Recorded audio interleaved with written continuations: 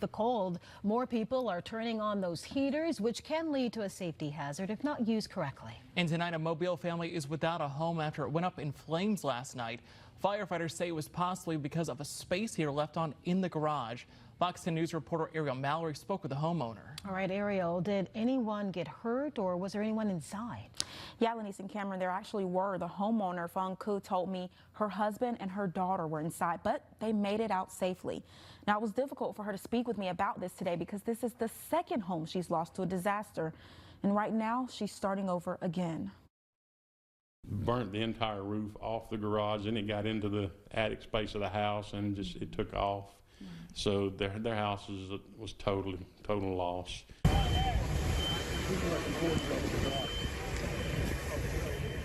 It was the sound of this alarm going off that triggered a quick response from two different fire departments around 7:30 Monday night in Mobile.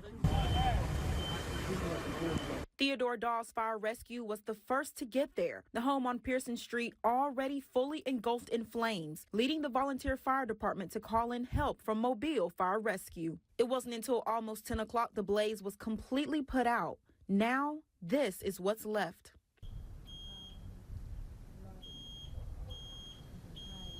The alarm could still be heard going off late Tuesday afternoon. Homeowner Fong Ku returned today to find the house she spent the last 11 years turned into ashes. She says, "My husband and my kids were in the house. He smelled something and opened the garage and found this burning." She said the wind was so strong yesterday. After all of it, this all burned. "I'm lucky. My husband and my daughter ran out. I came home and I found all this." Q says her family was able to get out safely. The cause of how the fire started is still under investigation. But Theodore Dawes Fire Chief Frank Bird says they have a suspicion. We're pretty 100% certain that the fire began in the garage. The homeowner said he did have a heater in the garage. What he was using a heater in the garage for, we don't know. During this cold snap, that's not uncommon.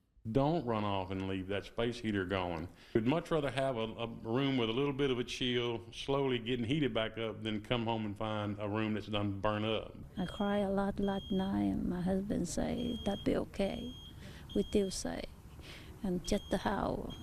We can work and build that later.